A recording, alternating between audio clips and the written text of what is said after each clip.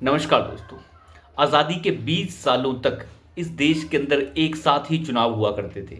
यानी एक देश एक चुनाव, चाहे वो राज्यों के चुनाव हों, चाहे वो लोकसभा के चुनाव हो, सभी चुनाव, विधानसभा चुनाव, लोकसभा चुनाव एक साथ ही हुआ करते थे। लेकिन आज जब इस बिल को दोबारा से लोकसभा के अंदर पेश किया गया और कहा गया कि अब वन नेशन वन इलेक्शन होगा, यानी एक देश एक चुनाव, विधानसभा के चुनाव, राज्यसभा, लोकसभा के चुनाव एक साथ होंगे, तो उसका विरोध करने लगी कांग्रेस पार्टी और इंडी गैंग के दूसरे लोग। कहने लगे कि ये संविधान की हत्या है, ये फेडरल सिस्टम के ऊपर प्रहार है। आप अंदाजा लगा के देखिए कितने झूठे और मक्कार हैं ये लोग। जिसने इस संविधान को बनाया, बाबा भीमराव अंबेडकर और उनके सभी साथी, उन्होंने एक चुनाव ही रखा था। पूरे देश में एक साथ ही चुनाव हुआ करते थे। जब पहली बार चुनाव हुए 1950 के बाद, तब भी सबके चुनाव एक साथ हुए और 20 सालों तक चुनाव एक साथ ही हुआ करते थे। लेकिन बाद में कांग्रेस पार्टी और नेहरू के साथ और इंदिरा गांधी ने, इन सभी लोगों ने सरकारें गिराना शुरू की राज्यों के अंदर और चुनाव अलग अलग होने लगे। आज भी दो राज्यों में चुनाव एक साथ ही होते हैं। आंध्र प्रदेश के अंदर चुनाव लोकसभा के साथ होता है और साथ ही साथ उड़ीसा के अंदर चुनाव लोकसभा के साथ होता है। जब इस बार वहां पे लोकसभा के अंदर जब चुनाव हुआ, चाहे वो तेलंगाना, चाहे वो आंध्र प्रदेश की बात हो, चाहे वो उड़ीसा की बात हो, वहां पर कभी भी ये प्रभाव नहीं पड़ता कि जो राष्ट्रीय स्तर पर पार्टी जीत रही है वही राज्य स्तर पर भी जीते। आंध्र प्रदेश में ऐसा कभी नहीं हुआ। कई बार वहां पे नवीन पटनायक जीतते रहे और 5 बार सीएम बने। केंद्र में कांग्रेस की सरकार भी रही और केंद्र में भाजपा की सरकार भी रही। लेकिन कभी भी ऐसा नहीं हुआ कि वहां के लोगों ने जिसे केंद्र के लिए चुना उसे उसी को ही राज्य के लिए चुना। यानी इस मामले का तो कोई लेना देना ही नहीं है, क्योंकि लोगों का जो विवेक है वो तय कर लेता है कि किसे राज्य के लिए चुनना है और किसे जो है केंद्र के लिए चुनना है। दिल्ली के अंदर कई बार चुनाव हुए। लोकसभा के अंदर भाजपा को पूर्ण बहुमत यानी 7 की 7 सीटें मिल जाती हैं। लेकिन विधानसभा के अंदर भाजपा का सुपड़ा साफ कर दिया अरविंद केजरीवाल ने 2 बार। आप यहीं से अंदाज़ा लगा सकते हैं कि जो वोटर है उसका विवेक कैसे काम करता है। लेकिन इन सभी लोगों को लगता है कि ये संविधान की हत्या है, संविधान की हत्या हो रही है। आप खुद अंदाज़ा लगाइए, जिस देश में एक साथ चुनाव 20 सालों तक होते रहे और उसके बाद कांग्रेस पार्टी ने किस तरीके से जगह जगह सरकारें गिराई।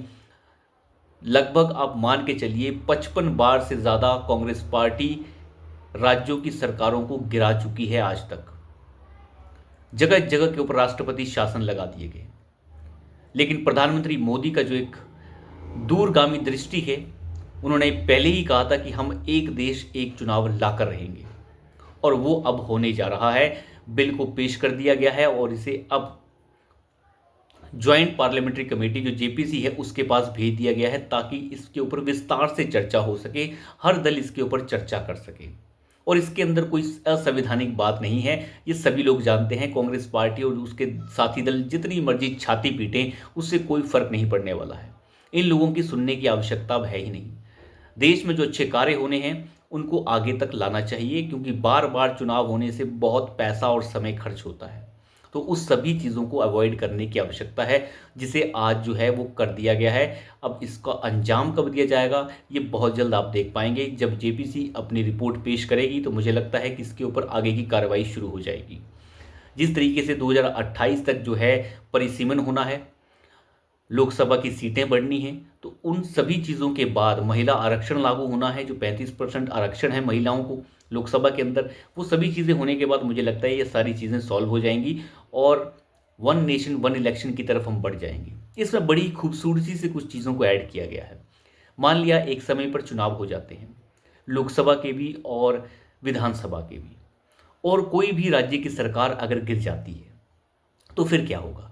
तो वो जो दूसरी सरकार, नई सरकार बनेगी, वो उसी कार्यकाल के लिए बनेगी जितना कार्यकाल पुरानी सरकार का बचा होगा, ताकि इम्बैलेंस दोबारा से क्रिएट ना हो। अगर 2 साल के अंदर कोई राज्य की सरकार गिर जाती है तो दूसरी सरकार जो नई चुन के आएगी, दोबारा से चुनाव होंगे तो केवल 3 वर्षों के काल के लिए ही दूसरी सरकार चुनकर आएगी, ताकि जब अगली बार दोबारा से सारे चुनाव इकट्ठे हों तो उसका भी चुनाव साथ में हो सके। तो ये अपने आप में बड़ा साफ संदेश है। इसी प्रकार लोकसभा के अंदर भी होगा। और लोकसभा के अंदर अगर कोई अविश्वास प्रस्ताव पारित करता है, अविश्वास प्रस्ताव लाता है और सरकार गिरती है, तो दूसरे दल को ये बताना होगा साथ ही साथ कि आप किस तरीके से अपनी सरकार बना सकते हैं। यानी दूसरा अगर अविश्वास प्रस्ताव ला रहा है, सरकार गिर रही है, तो बड़ी ही सरल बात है कि दूसरे दल के पास मेजोरिटी है, तो मेजोरिटी है तो आप सरकार बना लीजिए। तो ये सब चीज़ें बड़ा ही सरल तरीके से इसके अंदर अब डाली गई हैं और इनके ऊपर अब गहन चर्चा होनी है। और ये गहन चर्चा एक सही रास्ता भी दिखाएगी कि किस तरीके से इस देश के अंदर जब पूरा 5 साल चुनावों के अंदर पार्टियां व्यस्त रहती हैं, उस चीज़ को कैसे सरलता के साथ जो है हल किया जा सकता है, ये अपने आप में बहुत बड़ी बात है। इन सभी चीज़ों को मोदी कर लेना चाहते हैं और कांग्रेस को विरोध केवल इसी बात का नहीं है। कांग्रेस और उसके साथी दलों को विरोध इस चीज़ का है कि सब सारी अच्छी चीज़ें तो मोदी कर रहे हैं, हम क्या करेंगे। लोकसभा का परिसर दोबारा बनना था, सचिवालय दोबारा बनने थे, तो जिस तरीके से सेंट्रल विस्टा बना, उन्हें लगता है कि इन सभी चीज़ों को हम बना सकते थे, लेकिन हम नहीं बना पा रहे हैं। इसके ऊपर मोदी के नाम का पत्थर लग चुका है। अब परिसीमन होना है, ये भी मोदी कर रहे हैं। परिसीमन के साथ साथ जो है एक देश एक चुनाव की बात हो रही है, वो भी मोदी कर रहे हैं। यूनिफॉर्म सिविल कोड की बात है, वो भी मोदी कर रहे हैं। तो हमारे नाम पे क्या होगा, इस चीज़ का डर इन लोगों को बहुत ज़्यादा है और इसी वजह से ये लोग परेशान हैं। खैर, इस चीज़ से ये परेशान रहें, इससे कोई दिक्कत भी नहीं है, लेकिन अपने आप में ये बहुत बड़ी बात होगी जब एक देश एक चुनाव होगा।